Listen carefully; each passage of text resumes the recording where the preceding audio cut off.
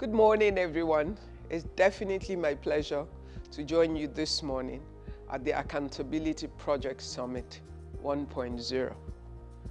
Lisa is an amazing young woman that I met a few years ago in the course of my work, and we have kept our relationship and our contact. And I know she's brilliant, she's efficient, she's organized, and I'm excited for her that she's getting this project started. I really wish that I'm physically there with you this morning, which was our original plan. However, the dynamics of my life has made it impossible to be physically in the room this morning. So I hope we can still have a very engaging conversation, and in our short Q&A thereafter, we will still be able to interact and share our thoughts. In considering my topic, Unveiling the Secrets to Great Leadership, I want us to look at the factors of who is a leader. Because we tend to think that anyone in a high office, in a position, in authority, is the leader. However, I can challenge that, because you might have an office, you might have a position, you might have a title, you might occupy a particular position that makes you the boss, the big person in the value chain of the organization, of the country, of wherever. But does that really earn you the title of a leader? Because in my books and in the course of my experience, spanning over a few decades and having sat in a number of interesting places, both locally and internationally, who I understand to be a leader is someone who has the true power of influence. Someone who sits in a place where the platform, the power of the office, and all that is made available to them allows them to be able to shape and influence the thoughts and the actions of people in a way that a common goal is achieved. Now, let me start with the leader himself or herself. You can't lead other people in any direction except if you as a person invest in achieving some clarity about who you are, because what you don't have, you can't give to anyone. So my very strong place for starting in determining your leadership or your leadership style is based, or your leadership effectiveness is based on who you are. What is your understanding of yourself? How true are you to yourself? What is the vision for your life? What are the goals that you're pursuing? What drives what you do? What values do you apply in achieving the goals that you set? Do you seek any office, or do you seek particular goals and certain offices facilitate the achievement of the things that you want to do? Now, you might wonder how this is relevant to your leadership. The reality is you can't lead people in any direction. You can't not influence people for a particular cause or a particular goal if you yourself lack clarity about why you're there. It means even though you're supposed to be the leader, you will be led by others who have greater clarity about where they want to go, whether for good or for bad. And therefore, people sit in offices that their offices and their position gets misused by others, and they allow it simply because they themselves have no vision, no clarity, no commitment to a goal of why they sit in an office. Now, there's certain characteristics for leaders who have understanding of where they want to go. First and foremost, they understand that while they might have the power and the influence of the position that they occupy or their office, they're not necessarily the most important person in the room. Why are you not the most important person in the room? Because if you lead a group of people, your responsibility as the leader of the team is to maximize the talents, the gifts, the resources, and the brilliance of all the people that are within your team or under your sphere of influence, to maximize those resources, to harvest those resources in order to achieve the goal that you serve in for the organization or for the country that you lead. In this case, it means that you will understand that though you lead, there are people within your team that have, based on their experience, their exposure, or their journey, that have some talents and some gifts that are more useful to the agenda for which you lead, but it makes them greater contributors to that particular project. Now, that shouldn't be a problem for a good leader. Why? Because no matter how brilliant every member of your team is, you are like the conductor of an opera. Every member of the opera or of the orchestra has an instrument they play. The beauty of their ability to play it well stands alone when they play. But the beauty of the music that is created is dependent on the conductor, who, understanding the talent of each member of the orchestra, is able to combine and harness the talents of every member of the orchestra in order to create the beautiful music that is what the orchestra presents. Now, the conductor cannot be envious, jealous, or despise the talents of the members of the orchestra. Why? His success as the conductor is based on their talents as individual gifts and talents. And so it's in how they play well their gift and their willingness to lay it down for the orchestra and his ability to see it and bring it all together. That's how they win together. So a true leader understands that his success is dependent on the willingness of every member of his team to give the best of themselves to the table so that the goals for which they work together can be achieved. And if that must be done, then as the leader, you have to be someone who has the humility to accept the talents and the greatness of all the people that work for you, work with you, or work within your team, and celebrate the talents within them, make them feel good enough to give their best to the table. You know, one thing I've learned over time, it doesn't matter how much you pay a man or a woman to do a job. You can't force them to give the best of themselves to you. They can give you enough for what you pay, but the best of who they are is only given to the table based on how you make them feel. And a great leader, recognizing that the goal for which he leads, that for it to be achieved, walks in humility even though he has the power of his office. He recognizes that his real power is in his ability to influence, to encourage, to build, to bring out the gifts in every member of his team and to lead them in the direction of the goal that they've set. No matter how they feel, no matter what they're going through, that he's there to nurture, to encourage, to build, and to, at the end, keep the team focused on the goal that they've set. Now, one other key point, apart from the leader being humble and recognizing that he's an influencer and understanding that his ability to succeed is dependent on the table, is that the leader must be a person who has determined by what values they want to function. You see, if you lead a people and you do not have clarity on your values, you create a confused table. It doesn't matter where each person on your team is coming from. It doesn't matter what their experiences before they come to you is.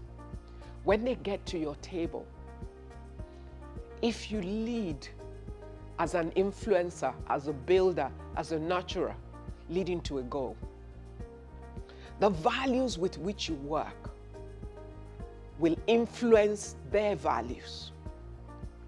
The values with which you work will determine the values with which the table upon which you sit as a leader will work.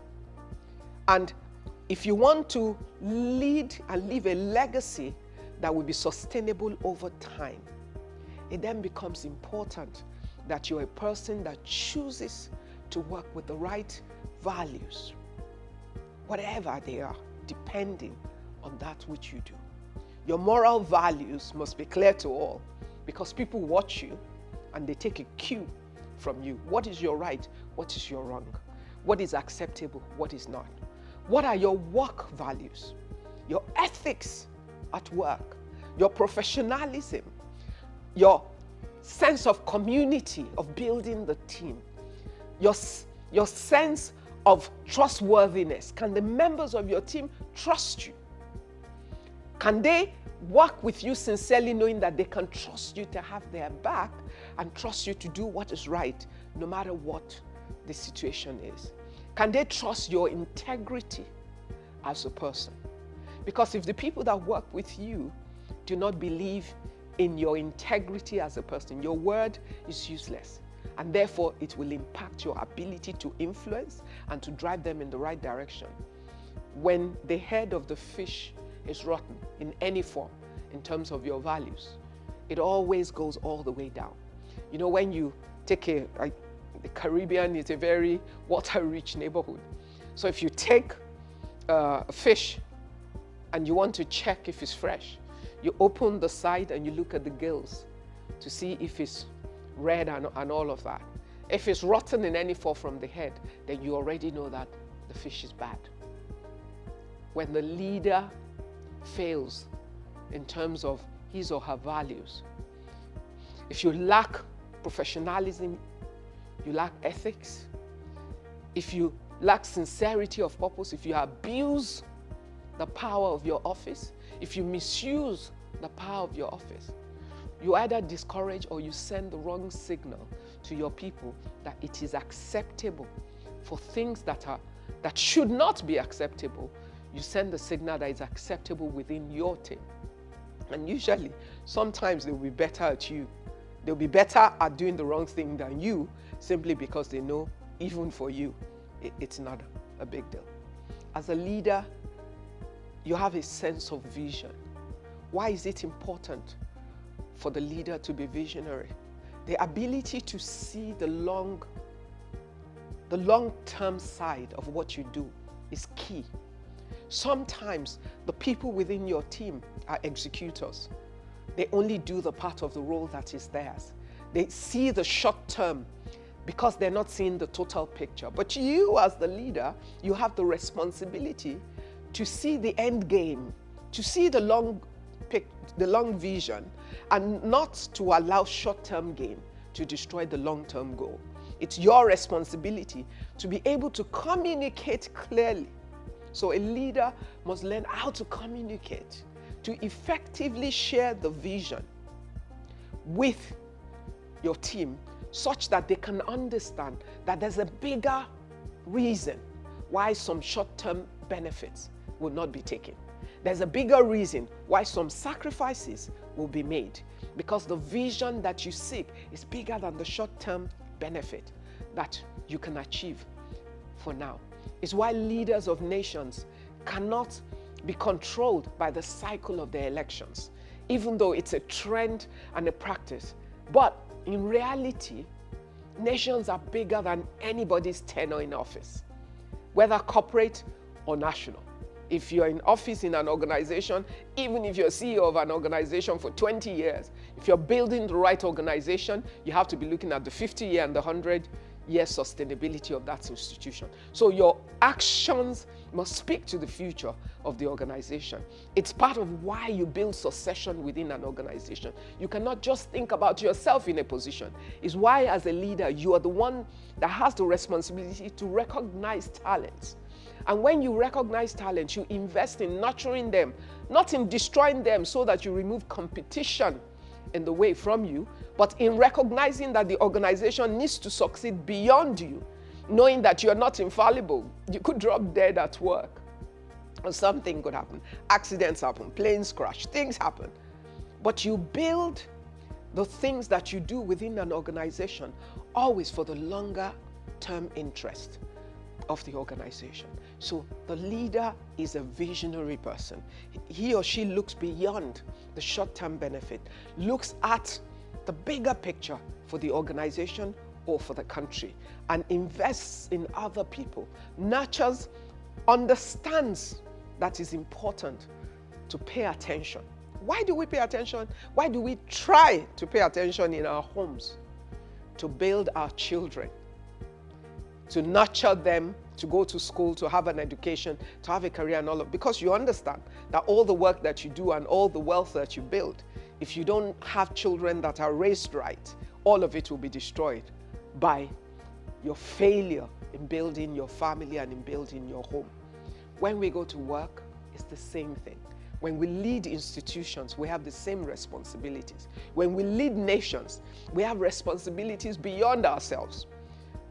Sometimes we must be gracious to accept our weaknesses. As a leader, you must have the grace to know that you can't be wrong. You're not God, and therefore you're fallible. It means that you can have a position that seems right until you get to a superior argument. And the superior argument could come from anywhere, from the least member of your team to the highest member of your team. But as a great leader, in your example, you show your people that, oh, I know a lot, but I can be wrong because I don't know everything, because you do not. And therefore you listen. You listen to people and you create an environment that allows your people to be able to share their view about things. You know, one of the best practices I saw on the board a while back is when you want the members of your team to speak, the boss doesn't speak or the leader doesn't speak first. You start from the least member of the team. And I realized that it actually works. Because when the least member of your team speak, they have nothing they're reacting to. They speak their mind based on their experience and their journey and their exposure and their own learnings. And therefore you get the best view from them. And then you move from that rank through the levels of the rank always to the top. Because when the leader or the perceived boss has already spoken, most times people don't feel the liberty to speak against the boss or the leader. And therefore what you do is you force your own opinion through the line. And in doing that, you actually lose the value of the thinking and the thought process of the brilliant people you have gathered in your team. It's important that we have the humility to accept knowledge from the people that work with us, and that we also have the humility to say, oh, you know what, you're actually right. I thought it was this way, but I didn't quite get it right. So let's think about what Mr. X or Mrs. A just said and consider that. And what you do when you create that kind of example is you tell the members of your team that everybody has value, that everybody brings value to the table, and that you're willing to accept the value from wherever it comes for the benefit of the organization. Because at the end of the day, your responsibility as a great leader, as a good leader, is that you harness all the talents within your organization, mix it up with the resources within your organization to achieve the goals far and beyond. And you can only do that if, as a leader, you're wholesome enough, you're healthy enough in your mindset that you understand that it's about being able to bring it all together. It's not just about you. And just because you have the title, you're not the most important person in the room. And that recognition allows you to help build better organizations, better nations, and whatever else. We build better homes. If as a father or as a mother who leads in the home, you have the grace to listen. Because, you know, in my country, I'm Nigerian, and I come from the southwestern part of my country, from the Yoruba tribe. And there's a saying in my culture that says, that a child is wise, an adult is wise, and that's how a great nation is built. And that's what that tells you, is that everyone has something to give. But only a great leader allows all of the gifts of the table to come together in order for that to be achieved. I wish we could have more time together for me to have this conversation, but I'm going to stop now, and then we will spend some time having a chat through your questions and your answers. And I personally, as a speaker, I love Q&As, which is why I like to speak a little and then engage a lot more and use that as a resource to enrich the conversation that we're having. So let's start our chat.